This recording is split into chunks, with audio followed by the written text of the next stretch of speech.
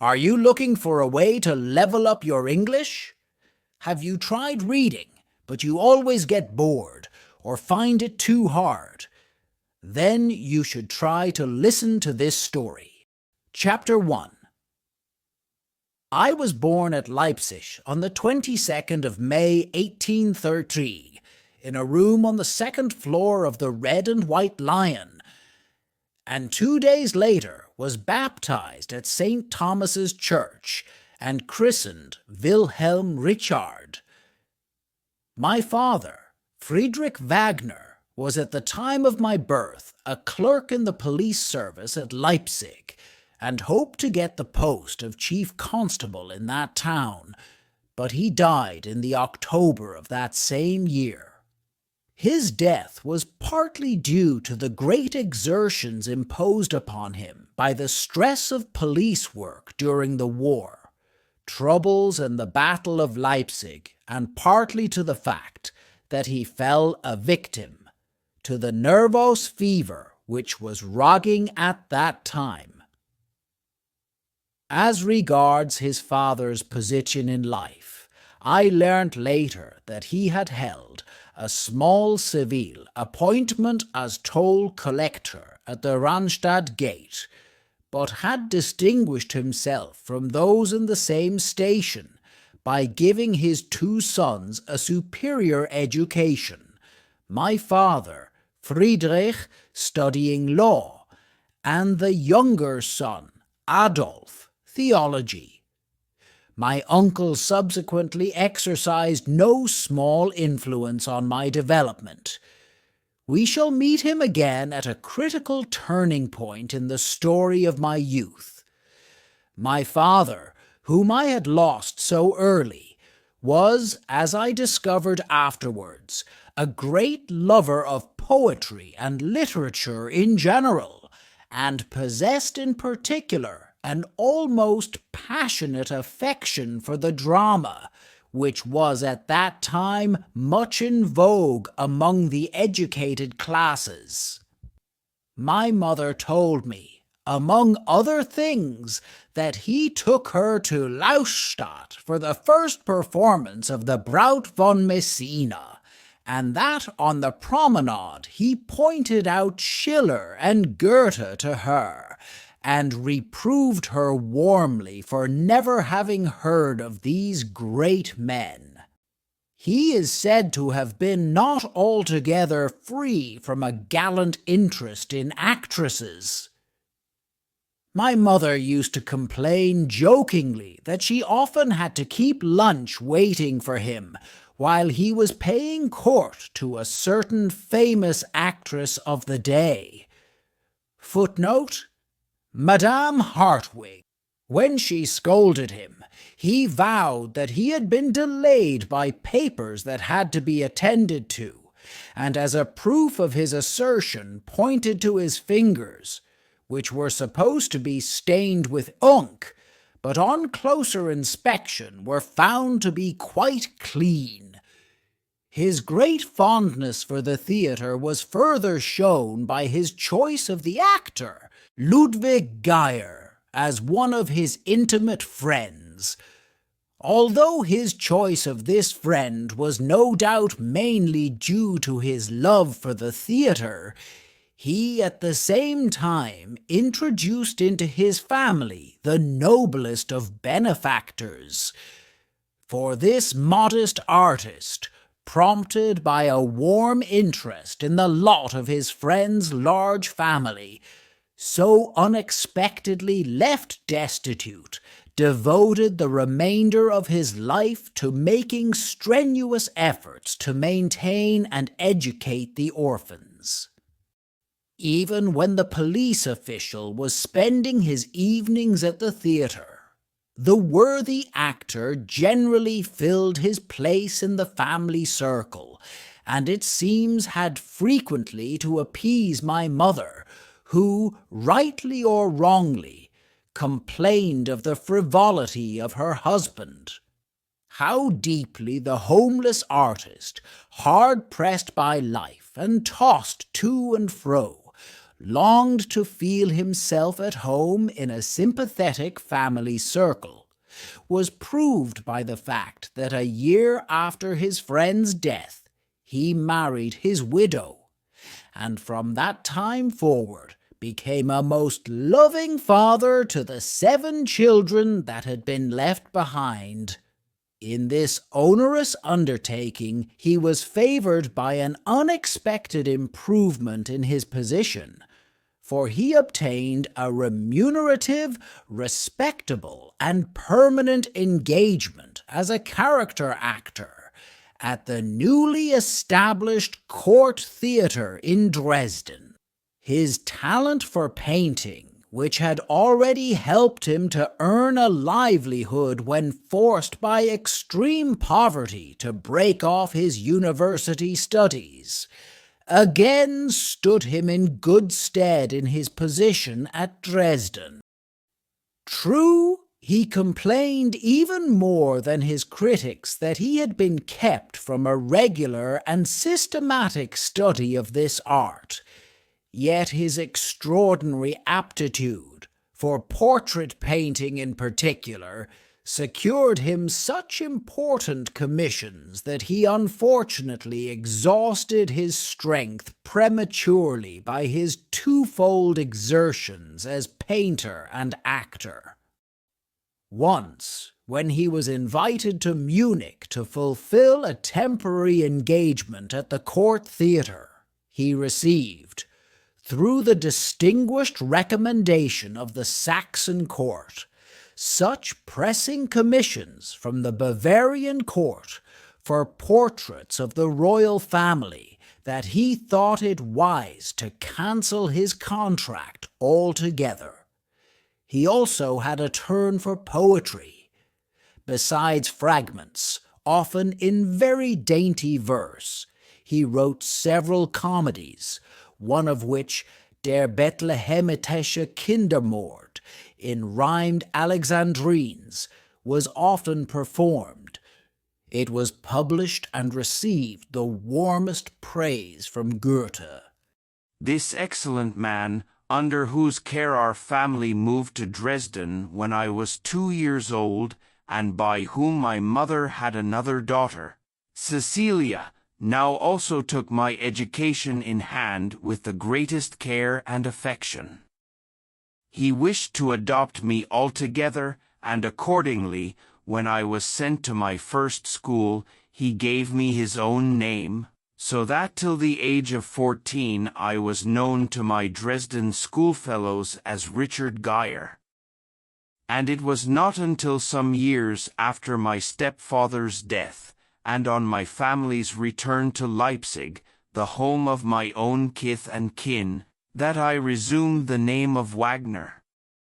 The earliest recollections of my childhood are associated with my stepfather, and passed from him to the theatre. I well remember that he would have liked to see me develop a talent for painting, and his studio, with the easel and the pictures upon it, did not fail to impress me.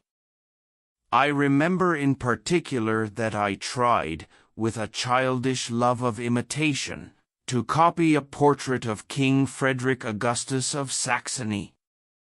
But when this simple daubing had to give place to a serious study of drawing, I could not stand it, possibly because I was discouraged by the pedantic technique of my teacher, a cousin of mine, who was rather a bore.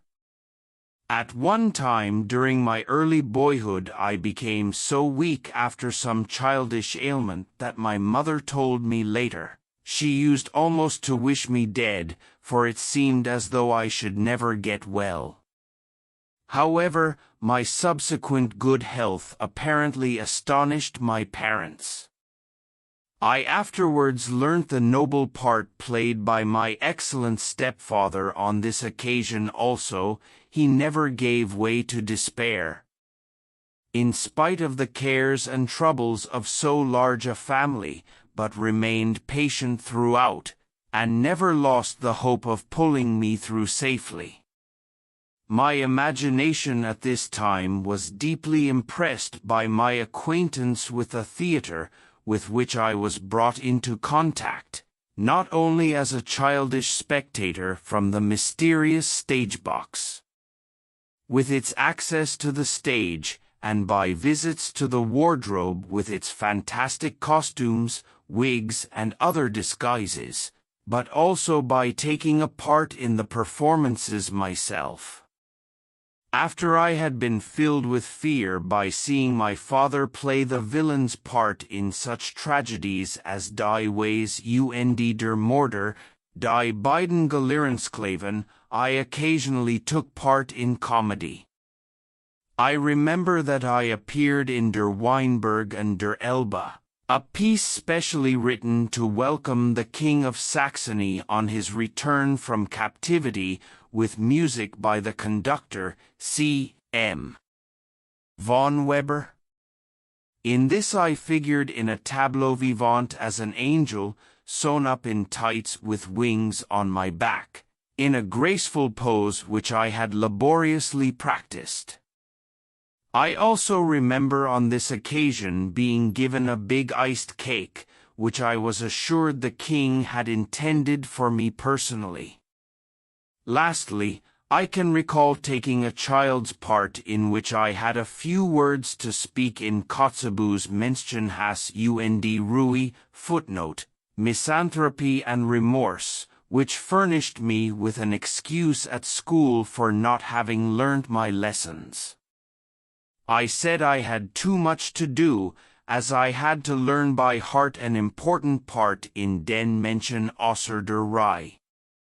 Footnote, the man out of the rank or row. In the German this is a simple phonetic corruption of Kotzebue's title, which might easily occur to a child who had only heard, and not read, that title editor. On the other hand, to show how seriously my father regarded my education, when I was 6 years old he took me to a clergyman in the country at Possendorf, near Dresden, where I was to be given a sound and healthy training with other boys of my own class. In the evening, the vicar, whose name was Wetzel, used to tell us the story of Robinson Crusoe, and discuss it with us in a highly instructive manner. I was, moreover, much impressed by a biography of Mozart which was read aloud, and the newspaper accounts and monthly reports of the events of the Greek War of Independence stirred my imagination deeply. My love for Greece, which afterwards made me turn with enthusiasm to the mythology and history of ancient Hellas, was thus the natural outcome of the intense and painful interest I took in the events of this period. In after years the story of the struggle of the Greeks against the Persians always revived my impressions of this modern revolt of Greece against the Turks. One day, when I had been in this country home scarcely a year, a messenger came from town to ask the vicar to take me to my parents' house in Dresden, as my father was dying. We did the 3 hours' journey on foot, and as I was very exhausted when I arrived, I scarcely understood why my mother was crying. The next day I was taken to my father's bedside. The extreme weakness with which he spoke to me, combined with all the precautions taken in the last desperate treatment of his complaint acute hydrothorax, made the whole scene appear like a dream to me, and I think I was too frightened and surprised to cry.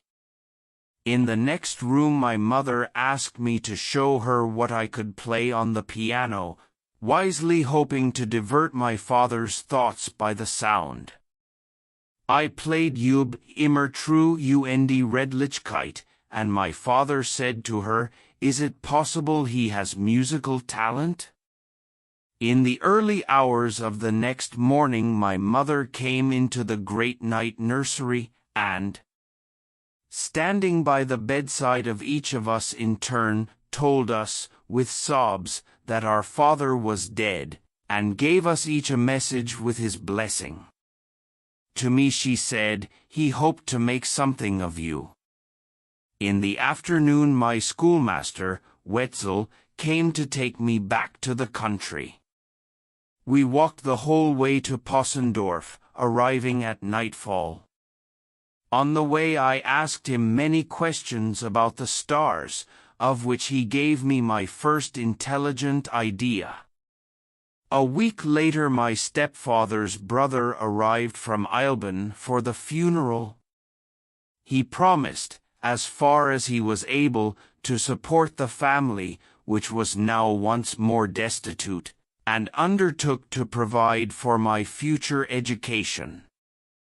I took leave of my companions and of the kind-hearted clergyman, and it was for his funeral that I paid my next visit to Possendorf a few years later.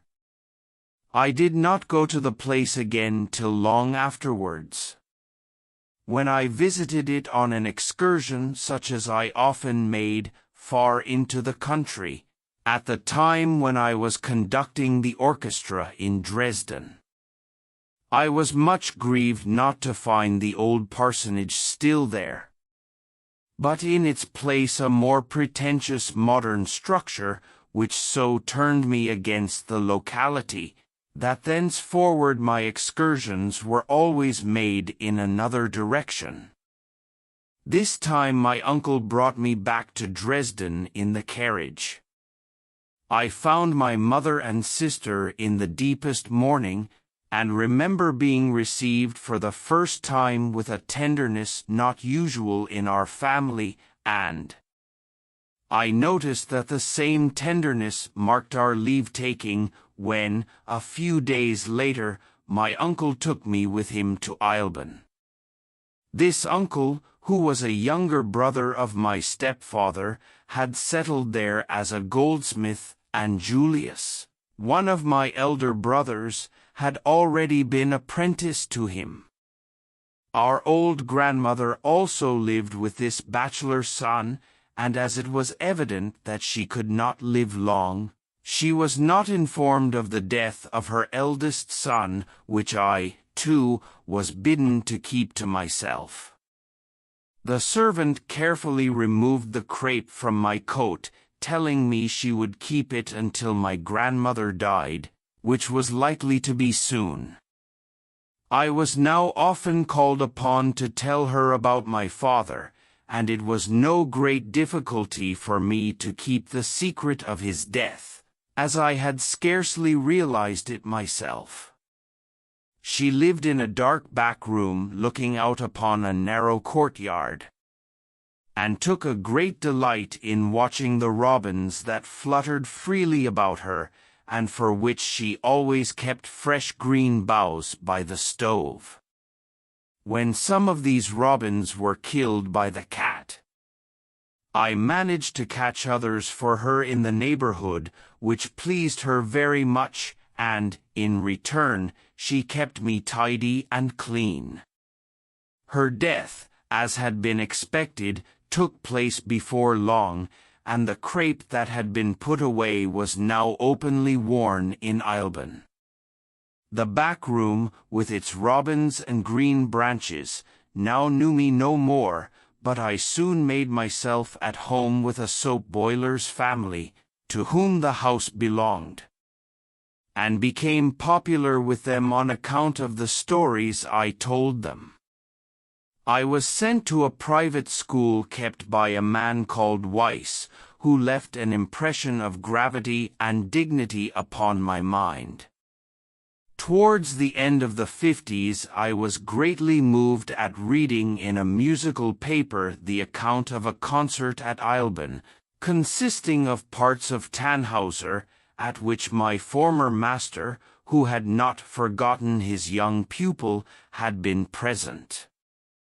The little old town with Luther's house, and the numberless memorials it contained of his stay there, has often, in later days, come back to me in dreams.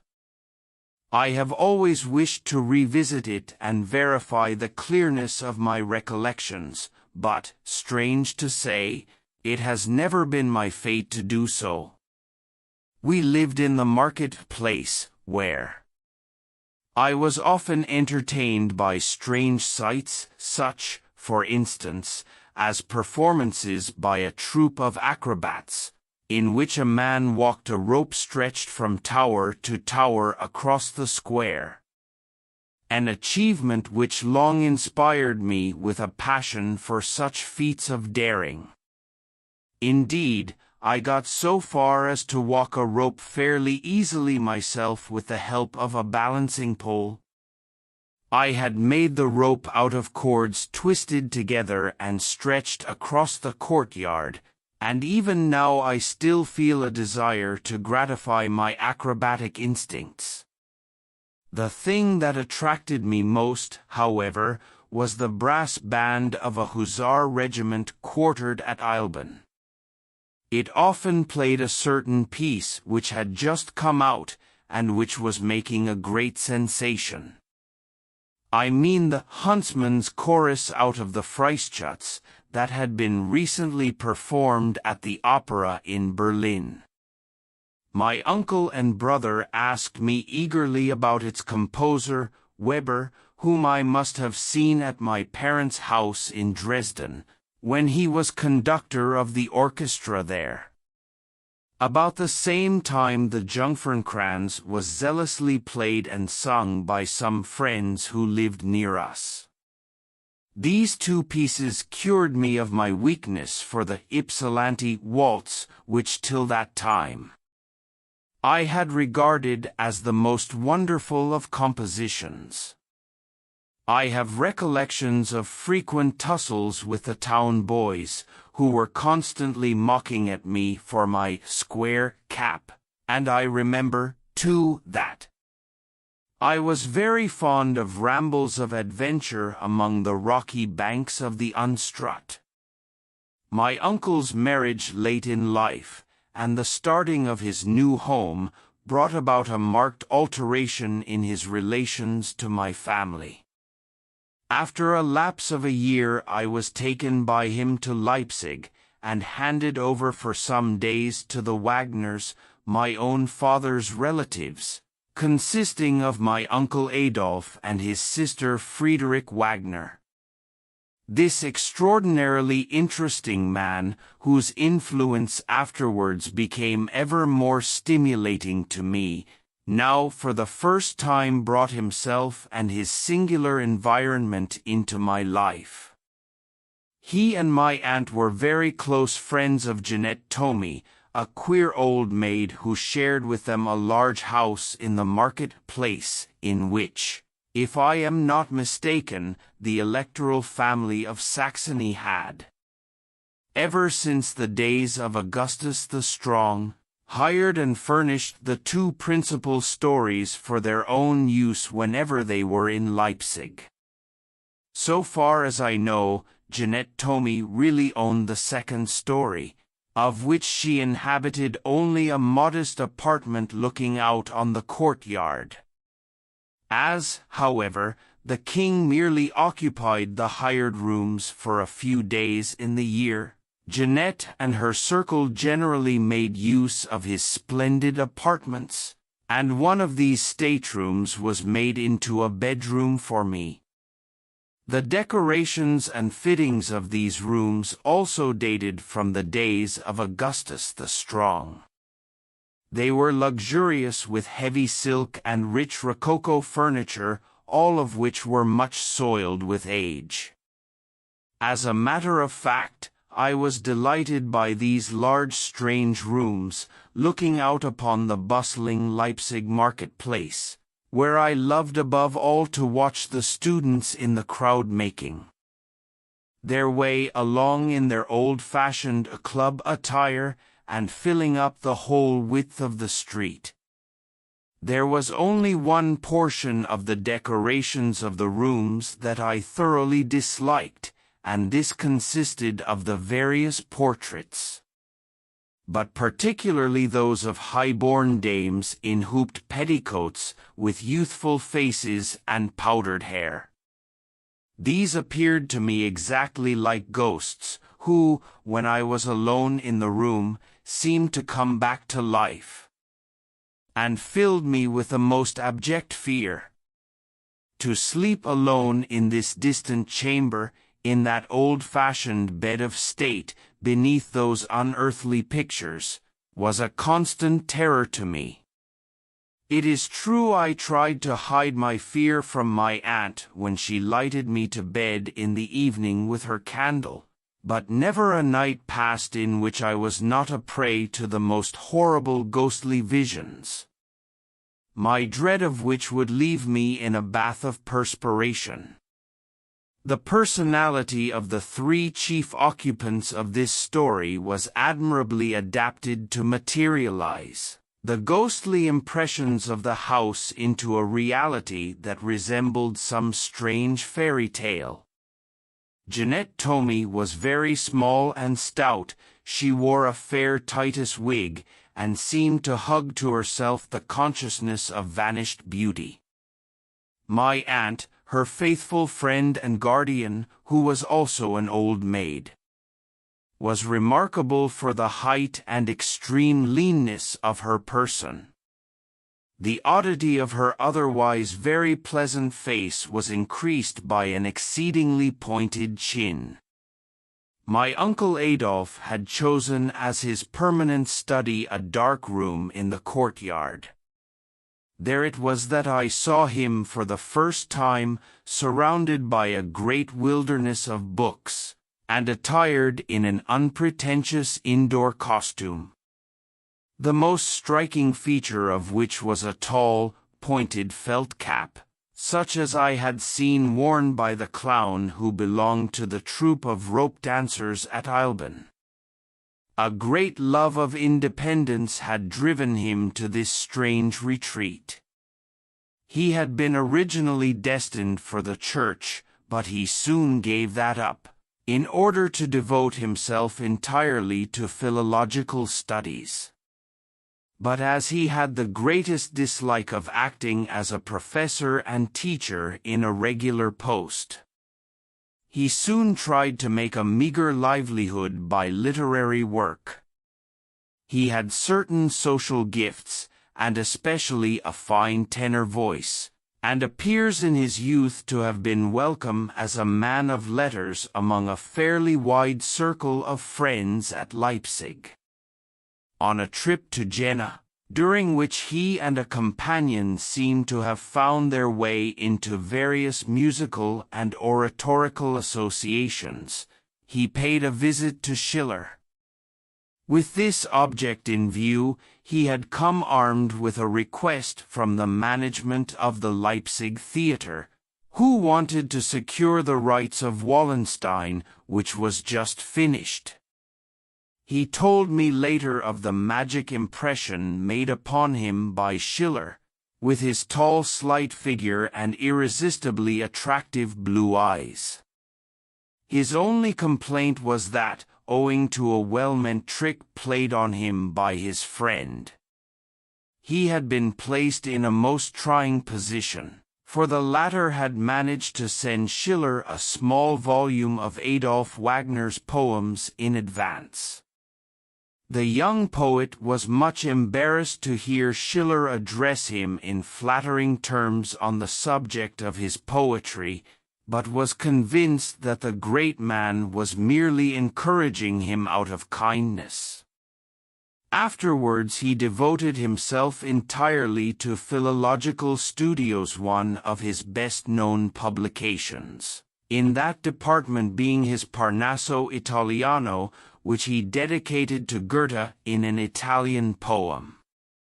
True, I have heard experts say that the latter was written in unusually pompous Italian, but Goethe sent him a letter full of praise, as well as a silver cup from his own household plate.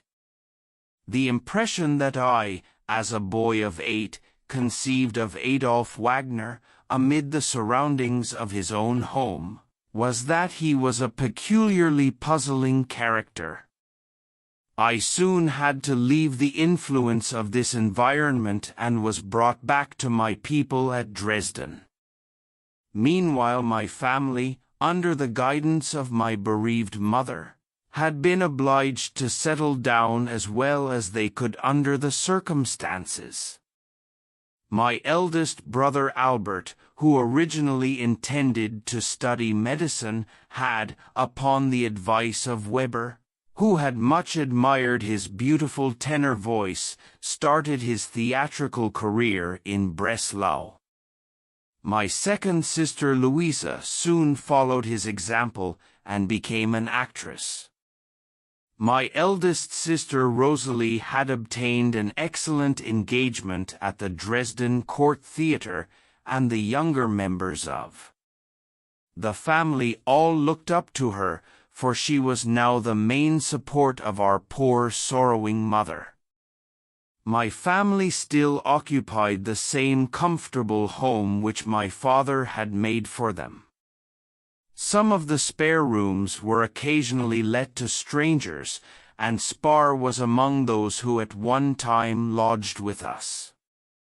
Thanks to her great energy, and to help received from various sources, among which the continued generosity of the court, out of respect to the memory of my late stepfather, must not be forgotten, my mother managed so well in making both ends meet that even my education did not suffer.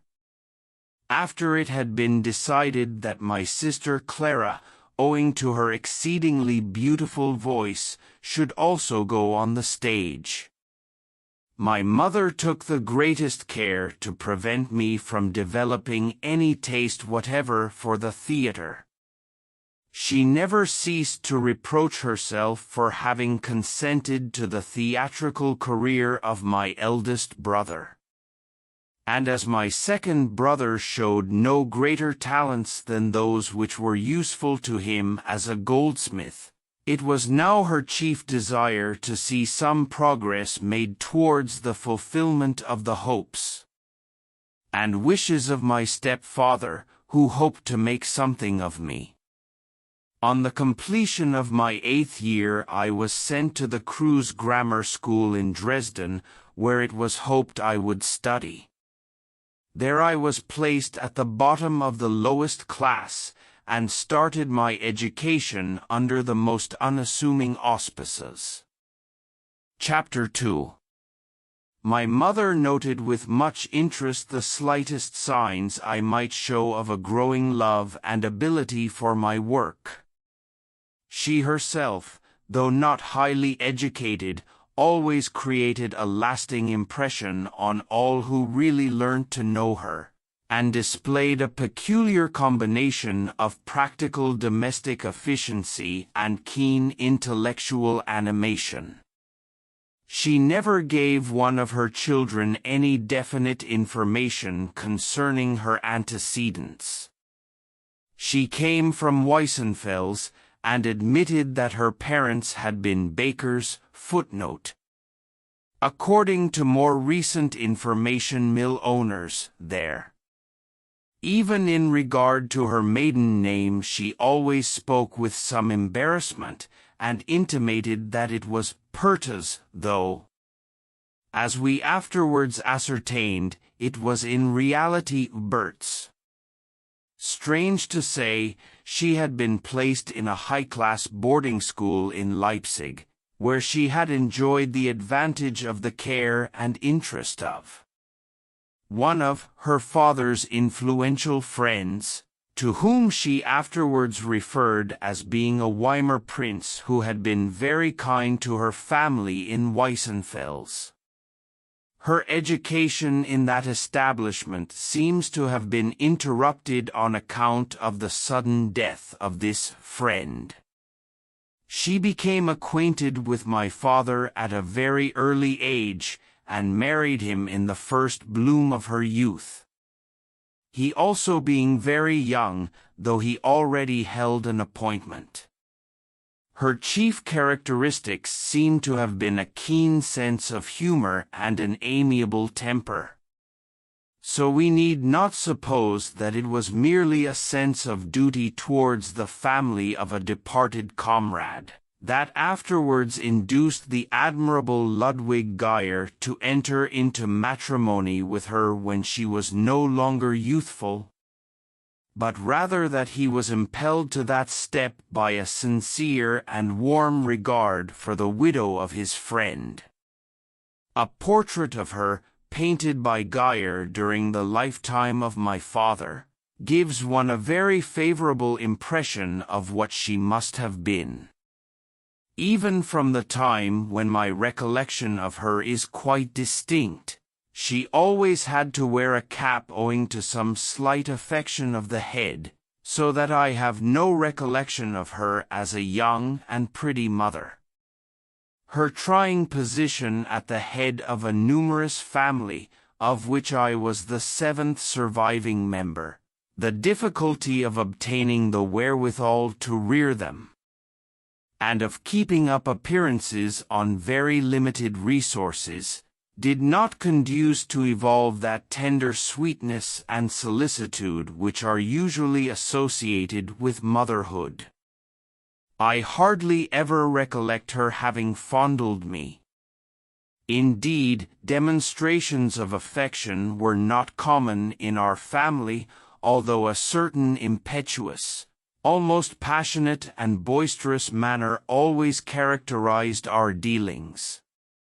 This being so, it naturally seemed to me quite a great event when one night I, fretful with sleepiness, looked up at her with tearful eyes as she was taking me to bed, and saw her gaze back at me proudly and fondly, and speak of me to a visitor then present with a certain amount of tenderness.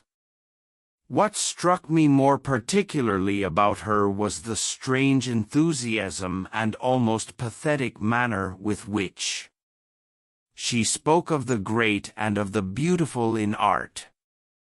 Under this heading, however, she would never have let me suppose that she included dramatic art, but only poetry, music, and painting. Consequently, she often even threatened me with her curse should I ever express a desire to go on the stage. Moreover, she was very religiously inclined. With intense fervor she would often give us long sermons about God and the divine quality in man, during which, now and again, suddenly lowering her voice in a rather funny way, she would interrupt herself in order to rebuke one of us. After the death of our stepfather, she used to assemble us all round her bed every morning, when one of us would read out a hymn or a part of the church service from the prayer book before she took her coffee. Sometimes the choice of the part to be read was hardly appropriate, as, for instance, when my sister Clara on one occasion thoughtlessly read the prayer to be said in time of war, and delivered it with so much expression that my mother interrupted her, saying, "Oh, stop. Good gracious me. Things are not quite so bad as that. There's no war on at present." In spite of our limited means, we had lively and, as they appeared to my boyish imagination, even brilliant evening parties sometimes. After the death of my stepfather, who, thanks to his success as a portrait painter, in the later years of his life had raised his income to what for those days was a really decent total, many agreeable acquaintances of very good social position whom he had made during this flourishing period still remained on friendly terms with us, and would occasionally join us at our evening gatherings. Amongst those who came were the members of the court theatre, who at that time gave very charming and highly entertaining parties of their own, which, on my return to Dresden later on, I found had been altogether given up. Very delightful, too, were the picnics arranged between us and our friends at some of the beautiful spots around Dresden. For these excursions were always brightened by a certain artistic spirit and general good cheer. I remember one such outing we arranged to Loschwitz, where we made a kind of gypsy camp, in which Karl Maria von Weber played his part in the character of cook. At home we also had some music. My sister Rosalie played the piano, and Clara was beginning to sing. Of the various theatrical performances we organized in those early days, often after elaborate preparation, with the view of amusing ourselves on the birthdays of our elders, I can hardly remember one, save a parody on the romantic play of Sappho by Grillparzer, in which I took part as one of the singers in the crowd that preceded Phaon's triumphal car. I endeavored to revive these memories by means of a fine puppet show, which I found among the effects of my late stepfather, and for which he himself had painted some beautiful scenery. It was my intention to surprise my people by means of a brilliant performance on this little stage. After I had very clumsily made several puppets, and had provided them with a scanty wardrobe made from cuttings of material purloined from my sisters, I started to compose a chivalric drama, in which I proposed to rehearse my puppets. When I had drafted the first scene, my sisters happened to discover the MS and literally laughed it to scorn. And, to my great annoyance, for a long time afterwards they chaffed me by repeating one particular sentence which I had put into the mouth of the heroine, and which was Ich höre schon den Ritter Trapsen, I hear his nightly footsteps falling. I now returned with renewed ardor to the theatre, with which, even at this time, my family was in close touch. Den Freischutz in particular appealed very strongly to my imagination, mainly on account of its ghostly theme. The emotions of terror and the dread of ghosts formed quite an important factor in the development of my mind. From my earliest childhood, certain mysterious and uncanny things exercised an enormous influence over me. If I were left alone in a room for long, I remember that, when gazing at lifeless objects such as pieces of furniture, and concentrating my attention upon them, I would suddenly shriek out with fright, because they seemed to me alive. Even during the latest years of my boyhood, not a night passed without my waking out of some ghostly dream and uttering the most frightful shrieks, which subsided only at the sound of some human voice. The most severe rebuke or even chastisement seemed to me at those times no more than a blessed release.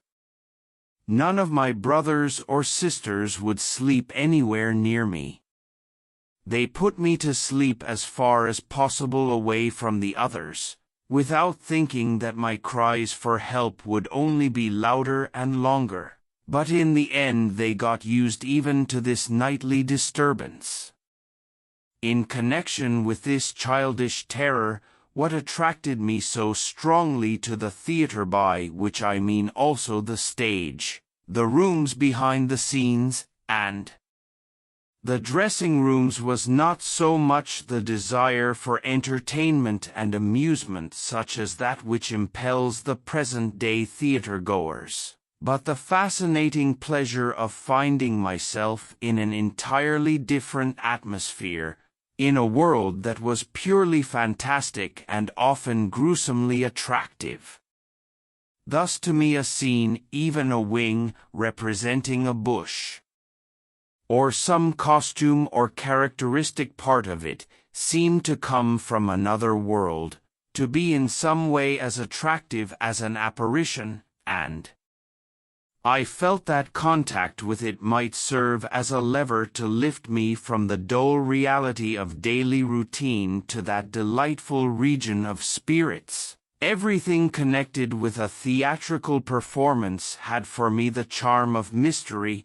It both bewitched and fascinated me, and while I was trying, with the help of a few playmates, to imitate the performance of Der Freischütz, and to devote myself energetically to reproducing the needful costumes and masks in my grotesque style of painting, the more elegant contents of my sister's wardrobes, in the beautifying of which I had often seen the family occupied, exercised a subtle charm over my imagination.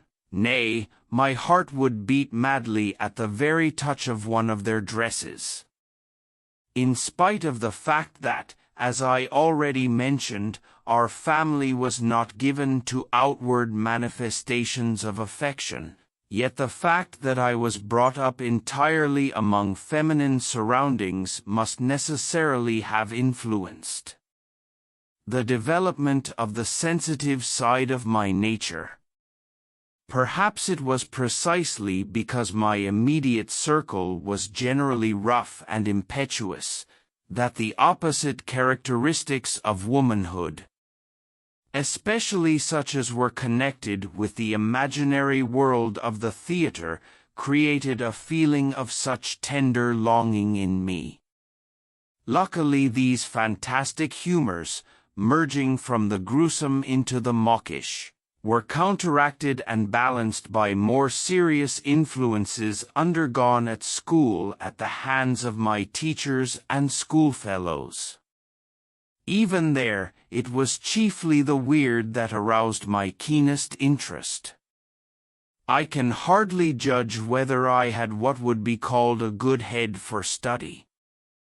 I think that, in general, what I really liked I was soon able to grasp without much effort, whereas I hardly exerted myself at all in the study of subjects that were uncongenial. This characteristic was most marked in regard to arithmetic and, later on, mathematics. In neither of these subjects did I ever succeed in bringing my mind seriously to bear upon the tasks that were set me. In the matter of the classics, too, I paid only just as much attention as was absolutely necessary to enable me to get a grasp of them, for I was stimulated by the desire to reproduce them to myself dramatically. In this way Greek particularly attracted me, because the stories from Greek mythology so seized upon my fancy that I tried to imagine their heroes as speaking to me in their native tongue, so as to satisfy my longing for complete familiarity with them. In these circumstances it will be readily understood that the grammar of the language seemed to me merely a tiresome obstacle, and by no means in itself an interesting branch of knowledge. The fact that my study of languages was never very thorough, perhaps best explains the fact that I was afterwards so ready to cease troubling about them altogether.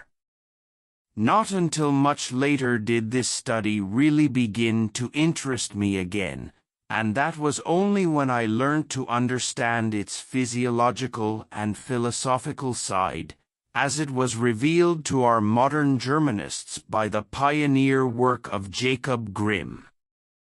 Then, when it was too late to apply myself thoroughly to a study which at last I had learned to appreciate, I regretted that this newer conception of the study of languages had not yet found acceptance in our colleges when I was younger. Nevertheless, By my successes in philological work, I managed to attract the attention of a young teacher at the Crews Grammar School, a Master of Arts named Sillig, who proved very helpful to me. He often permitted me to visit him and show him my work, consisting of metric translations and a few original poems, and he always seemed very pleased with my efforts in recitation. What he thought of me may best be judged perhaps from the fact that he made me, as a boy of about 12, recite not only Hector's farewell from the Iliad, but even Hamlet's celebrated monologue. On one occasion, when I was in the 4th form of the school, one of my schoolfellows, a boy named Stark, suddenly fell dead, and the tragic event aroused so much sympathy that not only did the whole school attend the funeral, but the headmaster also ordered that a poem should be written in commemoration of the ceremony, and that this poem should be published. Of the various poems submitted, among which there was one by myself, prepared very hurriedly, none seemed to the master worthy of the honor which he had promised, and he therefore announced his intention of substituting one of his own speeches in the place of our rejected attempts. Much distressed by this decision, I quickly sought out Professor Sillig, with the view of urging him to intervene on behalf of my poem. We thereupon went through it together. Its well-constructed and well-rhymed verses, written in stanzas of 8 lines, determined him to revise the whole of it carefully. Much of its imagery was bombastic, and far beyond the conception of a boy of my age. I recollect that in one part one had drawn extensively from the monologue in Addison's Cato, spoken by Cato just before his suicide. I had met with this passage in an English grammar, and it had made a deep impression upon me. The words, "The stars shall fade away, the sun himself grow dim with age, and nature sink in years, which, at all events," were a direct plagiarism, made Sillig laugh, a thing at which I was a little offended. However, I felt very grateful to him, for, thanks to the care and rapidity with which he cleared my poem of these extravagances, it was eventually accepted by the headmaster, printed, and widely circulated. The effect of this success was extraordinary, both on my schoolfellows and on my own family. My mother devoutly folded her hands in thankfulness, and in my own mind my vocation seemed quite a settled thing. It was clear, beyond the possibility of a doubt, that I was destined to be a poet. Professor Sillig wished me to compose a grand epic, and suggested as a subject the Battle of Parnassus, as described by Pausanias. His reasons for this choice were based upon the legend related by Pausanias, viz., that in the 2nd century BC, the Muses from Parnassus aided the combined Greek armies against the destructive invasion of the Gauls by provoking a panic among the latter.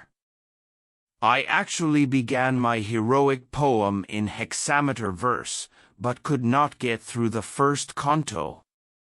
Not being far enough advanced in the language to understand the Greek tragedies thoroughly in the original, my own attempts to construct a tragedy in the Greek form were greatly influenced by the fact that quite by accident I came across August Apel's clever imitation of this style in his striking poems Polyeidos and Aetolier. For my theme I selected the death of Ulysses from a fable of Hyginus, according to which the aged hero is killed by his son, the offspring of his union with Calypso. But I did not get very far with this work either before I gave it up. My mind became so bent upon this sort of thing that duller studies naturally ceased to interest me. The mythology, legends, and, at last, the history of Greece alone attracted me. I was fond of life, merry with my companions, and always ready for a joke or an adventure. Moreover, I was constantly forming friendships, almost passionate in their ardor, with one or the other of my comrades. And in choosing my associates I was mainly influenced by the extent to which my new acquaintance appealed to my eccentric imagination. At one time it would be poetizing and versifying that decided my choice of a friend, at another, theatrical enterprises, while now and then it would be a longing for rambling and mischief.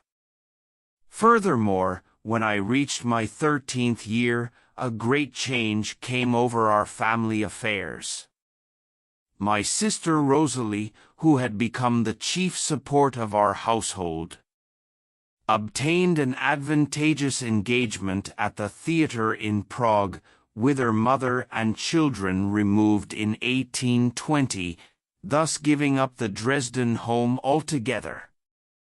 I was left behind in Dresden, so that I might continue to attend the Crew's grammar school until I was ready to go up to the university. I was therefore sent to board and lodge with a family named Bohm, whose sons I had known at school, and in whose house I already felt quite at home. With my residence in this somewhat rough, poor, and not particularly well-conducted family, my years of dissipation began. I no longer enjoyed the quiet retirement necessary for work, nor the gentle, spiritual influence of my sister's companionship. On the contrary, I was plunged into a busy, restless life, full of rough horseplay and of quarrels. Nevertheless, it was there that I began to experience the influence of the gentler sex in a manner hitherto unknown to me, as the grown-up daughters of the family and their friends often filled the scanty and narrow rooms of the house. Indeed, my first recollections of boyish love date from this period. I remember a very beautiful young girl whose name, if I am not mistaken, was Amelie Hoffmann, coming to call at the house one Sunday. She was charmingly dressed, and her appearance as she came into the room literally struck me dumb with amazement. On other occasions I recollect pretending to be too helplessly sleepy to move, so that I might be carried up to bed by the girls, that being, as they thought, the only remedy for my condition. And I repeated this, because I found, to my surprise, that their attention under these circumstances brought me into closer and more gratifying proximity with them. The most important event during this year of separation from my family was, however, a short visit I paid to them in Prague. In the middle of the winter my mother came to Dresden and took me hack with her to Prague for a week. Her way of traveling was quite unique. To the end of her days she preferred the more dangerous mode of traveling in a hackney carriage to the quicker journey by mail coach, so that we spent 3 whole days in the bitter cold on the road from Dresden to Prague. The journey over the Bohemian mountains often seemed to be beset with the greatest dangers, but happily we survived our thrilling adventures, and at last arrived in Prague, where I was suddenly plunged into entirely new surroundings. For a long time the thought of leaving Saxony on another visit to Bohemia, and especially Prague, had quite a romantic attraction for me.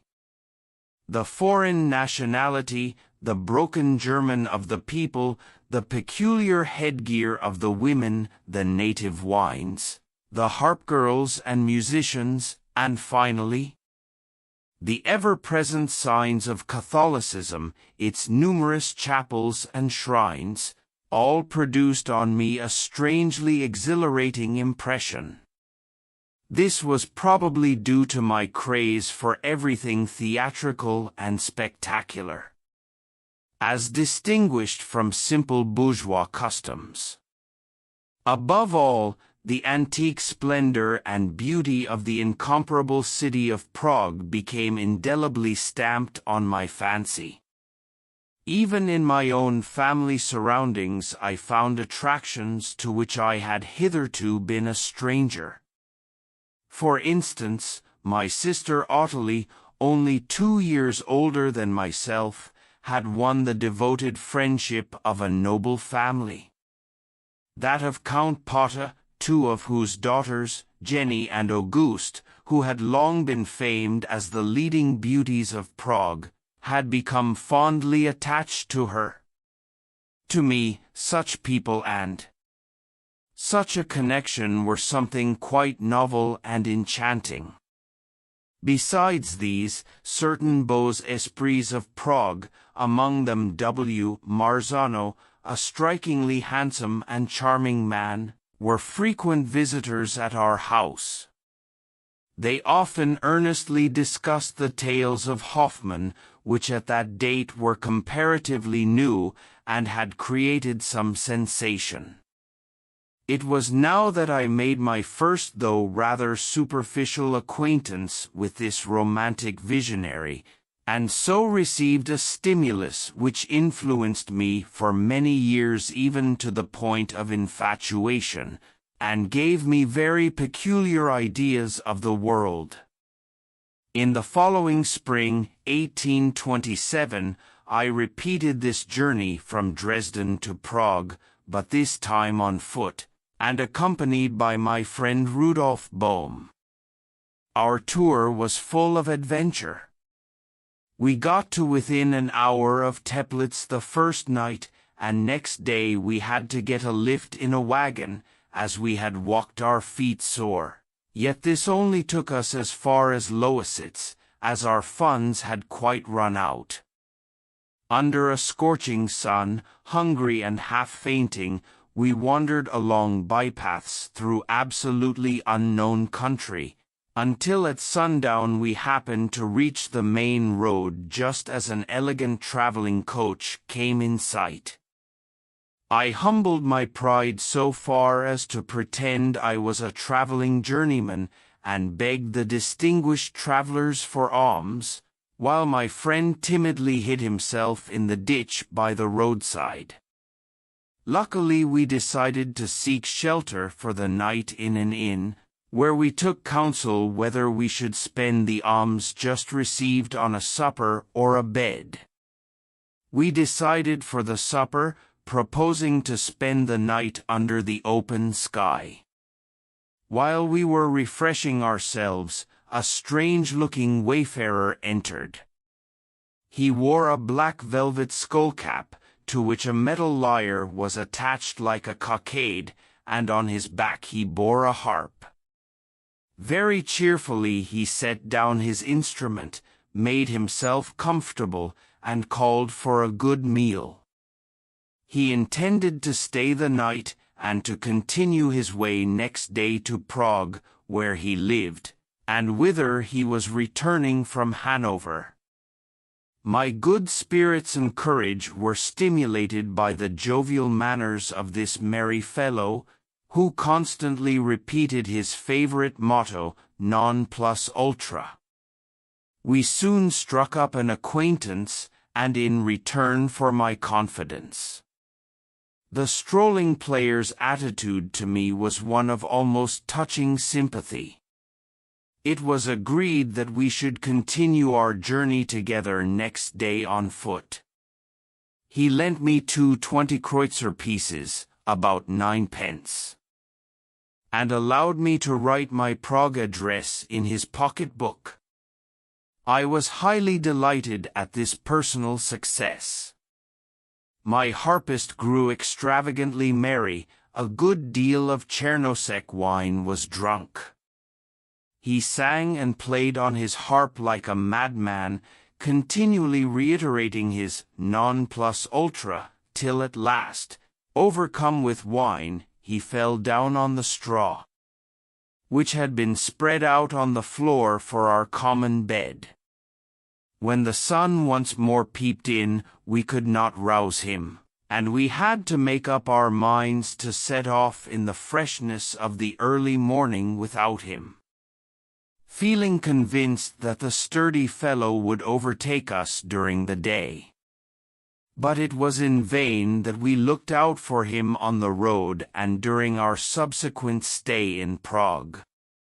Indeed, it was not until several weeks later that the extraordinary fellow turned up at my mother's, not so much to collect payment of his loan, as to inquire about the welfare of the young friend to whom that loan had been made.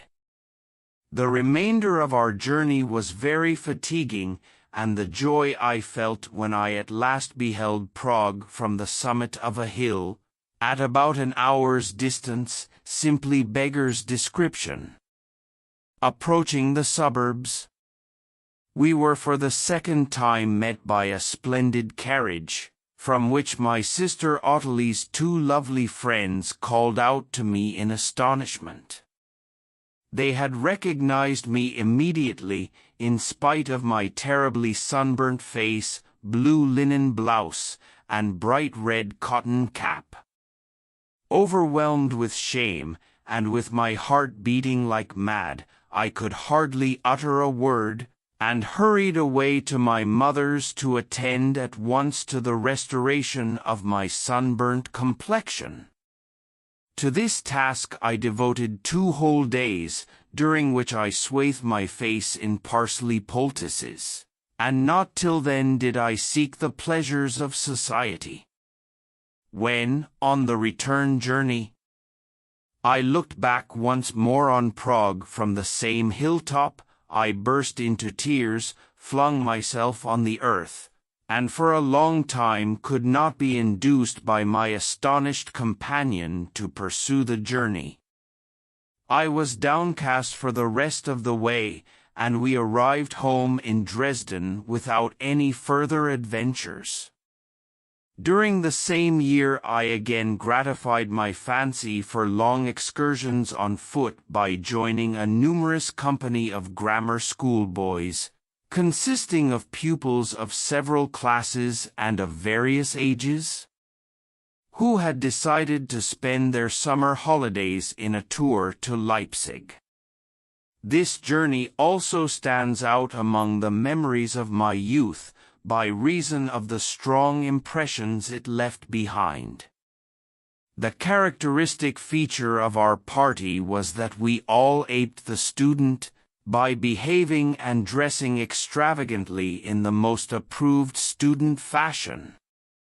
After going as far as Meissen on the market boat, our path lay off the main road, through villages with which I was as yet unfamiliar. We spent the night in the vast barn of a village inn, and our adventures were of the wildest description. There we saw a large marionette show, with almost life-sized figures.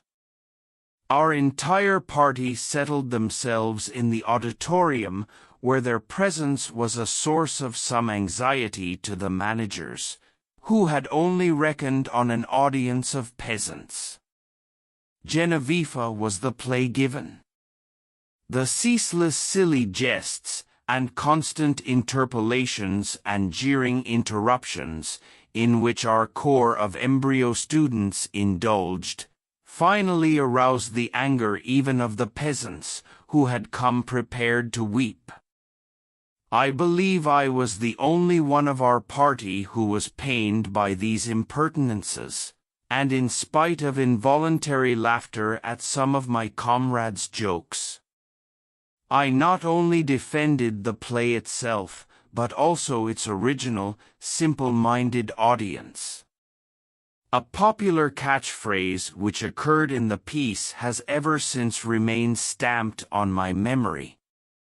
Golo instructs the inevitable Casper that, when the Count Palatine returns home, he must tickle him behind, so that he should feel it in front, hinten zu kitzeln, das es vorn voll. Casper conveys Golo's order verbatim to the Count, and the latter reproaches the unmasked rogue in the following terms, uttered with the greatest pathos: "O Golo, Golo! Thou hast told Casper to tickle me behind, so that I shall feel it in front."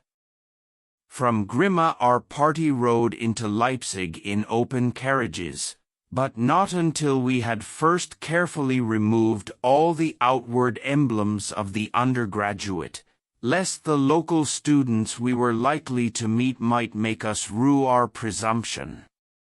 Since my first visit, when I was 8 years old, I had only once returned to Leipzig, and then for a very brief stay, and under circumstances very similar to those of the earlier visit. I now renewed my fantastic impressions of the Tomi house, but this time, owing to my more advanced education, I looked forward to more intelligent intercourse with my uncle Adolf. An opening for this was soon provided by my joyous astonishment on learning that a bookcase in the large anteroom, containing a goodly collection of books, was my property, having been left me by my father. I went through the books with my uncle, selected at once a number of Latin authors in the handsome Zweibrück edition, along with sundry attractive-looking works of poetry and belles lettres, and arranged for them to be sent to Dresden. During this visit I was very much interested in the life of the students. In addition to my impressions of the theatre and of Prague, now came those of the so-called swaggering undergraduate. A great change had taken place in this class. When, as a lad of 8, I had my first glimpse of students, their long hair, their old German costume with the black velvet skullcap and the shirt collar, turned back from the bare neck, had quite taken my fancy. But since that time the old student associations, which affected this fashion, had disappeared in the face of police prosecutions. On the other hand, the national student clubs, no less peculiar to Germans, had become conspicuous. These clubs adopted, more or less, the fashion of the day, but with some little exaggeration. Albeit, their dress was clearly distinguishable from that of other classes, owing to its picturesqueness, and especially its display of the various club colors. The comment, that compendium of pedantic rules of conduct for the preservation of a defiant and exclusive esprit de corps, as opposed to the bourgeois classes, had its fantastic side, just as the most Philistine peculiarities of the Germans have, if you probe them deeply enough. To me it represented the idea of emancipation from the yoke of school and family. The longing to become a student coincided unfortunately with my growing dislike for drier studies and with my ever-increasing fondness for cultivating romantic poetry. The results of this soon showed themselves in my resolute attempts to make a change. At the time of my confirmation, at Easter 1827, I had considerable doubt about this ceremony. and I already felt a serious falling off of my reverence for religious observances. The boy who, not many years before, had gazed with agonized sympathy on the altarpiece in the Kreuzkirche, Church of the Holy Cross, and had yearned with ecstatic fervor to hang upon the cross in place of the Savior, had now so far lost his veneration for the clergyman whose preparatory confirmation classes he attended, as to be quite ready to make fun of him, and even to join with his comrades in withholding part of his class fees, and spending the money in sweets. How matters stood with me spiritually was revealed to me, almost to my horror, at the communion service, when I walked in procession with my fellow communicants to the altar to the sound of organ and choir. The shudder with which I received the bread and wine was so ineffaceably stamped on my memory that I never again partook of the communion, lest I should do so with levity. To avoid this was all the easier for me, seeing that among Protestants such participation is not compulsory.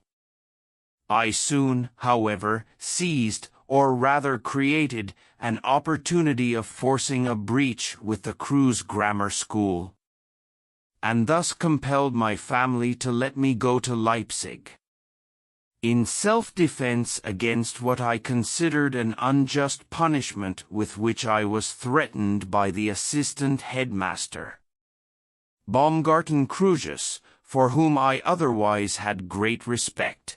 I asked to be discharged immediately from the school on the ground of sudden summons to join my family in Leipzig. 3 months prior, I had departed from the Bohm household and was living alone in a small garret. The widow of a court plate washer took care of me, serving me the familiar thin Saxon coffee for almost all meals. I spent most of my time writing verses in this attic. Here, too, I sketched the initial contours of that immense misfortune that subsequently caused my family immense distress. Because of the erratic behaviors I developed as a result of my early independence, my worried mother agreed to my relocation to Leipzig with great ease, especially since some of our dispersed family had already settled there. My longing for Leipzig, originally aroused by the fantastic impressions I had gained there, and later by my enthusiasm for a student's life, had recently been still further stimulated. I had seen scarcely anything of my sister Louisa, at that time a girl of about 22, as she had gone to the theatre of Breslau shortly after our stepfather's death. Quite recently she had been in Dresden for a few days on her way to Leipzig, having accepted an engagement at the theatre there. This meeting with my almost unknown sister, her hearty manifestations of joy at seeing me again, as well as her sprightly, merry disposition, quite won my heart. To live with her seemed an alluring prospect, especially as my mother and Ottilie had joined her for a while. For the first time a sister had treated me with some tenderness.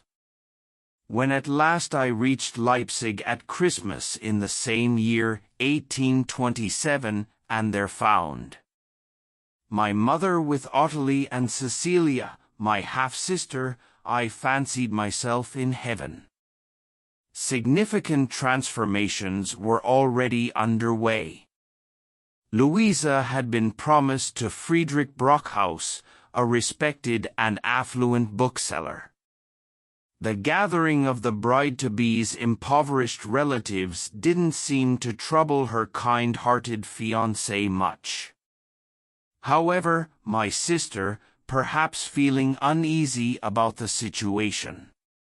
Subtly hinted her discontent to me.